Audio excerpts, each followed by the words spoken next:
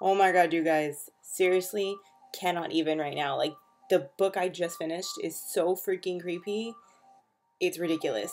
So, let me recap. I am currently reading Of Nightmares by Poet Anderson of Nightmares by Tom DeLonge, the guy from Blink-182. So different and like weird. He was trying to go for kind of a screenplay and an like a kind of like a music kind of feel and a book in one. I have not finished it. I'm about halfway through, so I will vlog about this one later on, but this is my current read. In between reading that, I was suggested a book called The Nest by Kenneth Oppel, and it is illustrated by John Klassen. If you do not know John Klassen, he illustrated books like I Want My Hat Back and This Is Not My Hat.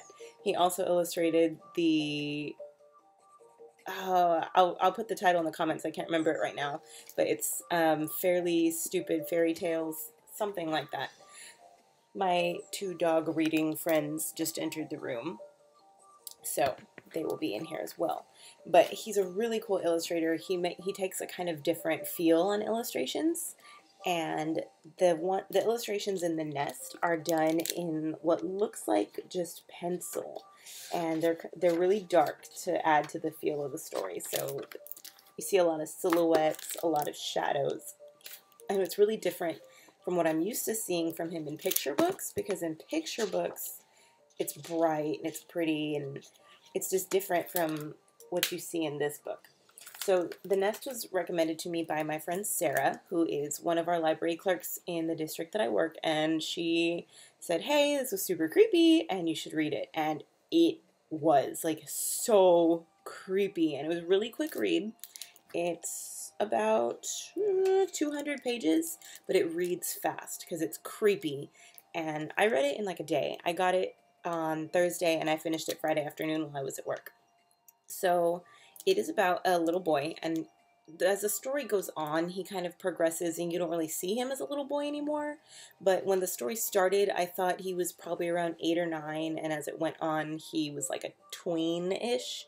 So it starts with this little boy, and his parents have just had a baby, and the baby has some congenital disease, and you never really says what the disease is or what's wrong with it, just it's congenital and it's something to do with his heart, and he'll probably die. So the little boy, you also learn the little boy has anxiety. He washes his hands all the time, and he makes lists, and he's always kind of worried about something. And he also has nightmares. So when he sleeps, he covers his head like entirely and only leaves a little space of breathing, and he has this feeling that there's something or someone standing over him that is going to pull the covers off of him. And that kind of comes into play towards the end of the story. And it's so creepy, like not nightmare creepy, but like, ooh, I'm never gonna look at wasps the same again. So story goes on, the baby's obviously got something wrong with him, and he's gonna have a surgery to kind of fix him and help him along.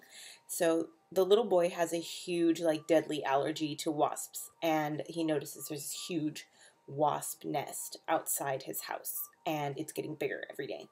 And so he dreams of what he thinks are angels. And as the story goes on, he learns that those angels are wasps. And he's seeing the inside of a wasp nest. And he meets the queen, and she tells him that she is going to build him a new baby.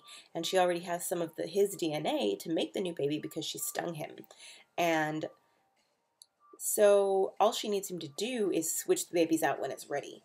And at first he's like, yeah, like that's a great idea, I'm going to do it. Like my family's going to be super happy because we're going to have a fixed baby.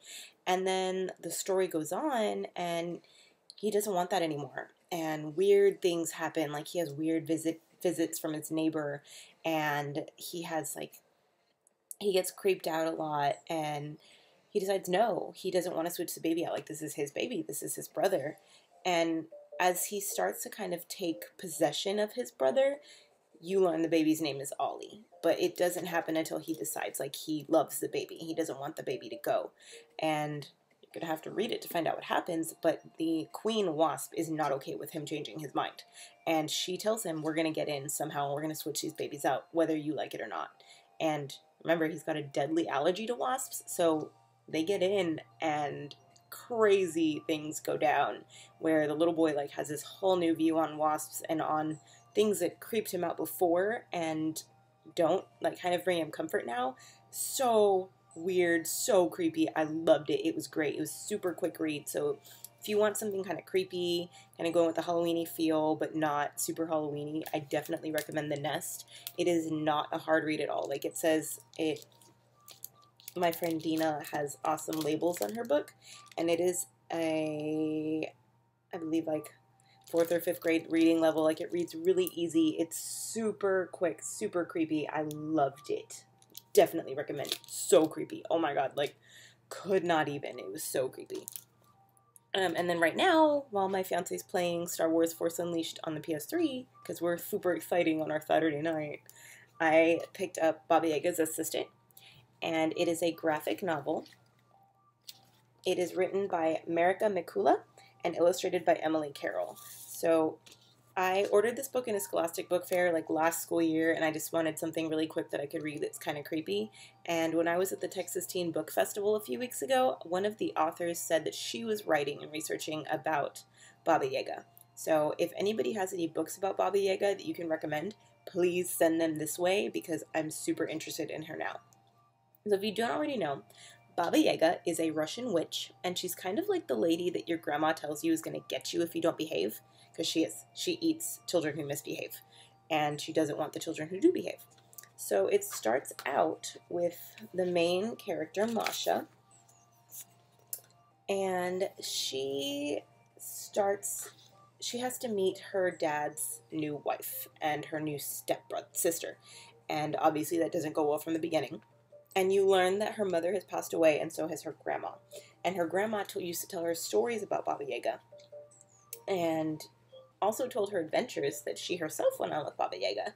So she kind of has this personal relationship with Baba Yaga that she hasn't really had like in person, but she knows about Baba Yaga. And she finds an ad in a newspaper to be Baba Yaga's assistant. So after things kind of go badly with her stepmom and the stepsister, she decides she's going to run away and be Baba Yaga's assistant.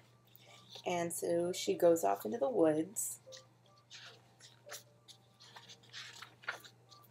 and decides to run away. And the illustrations are done digitally, but they're gorgeous. Like the colors are beautiful, and it's really cool the way Emily Carroll made the story happen, because it goes between flashbacks.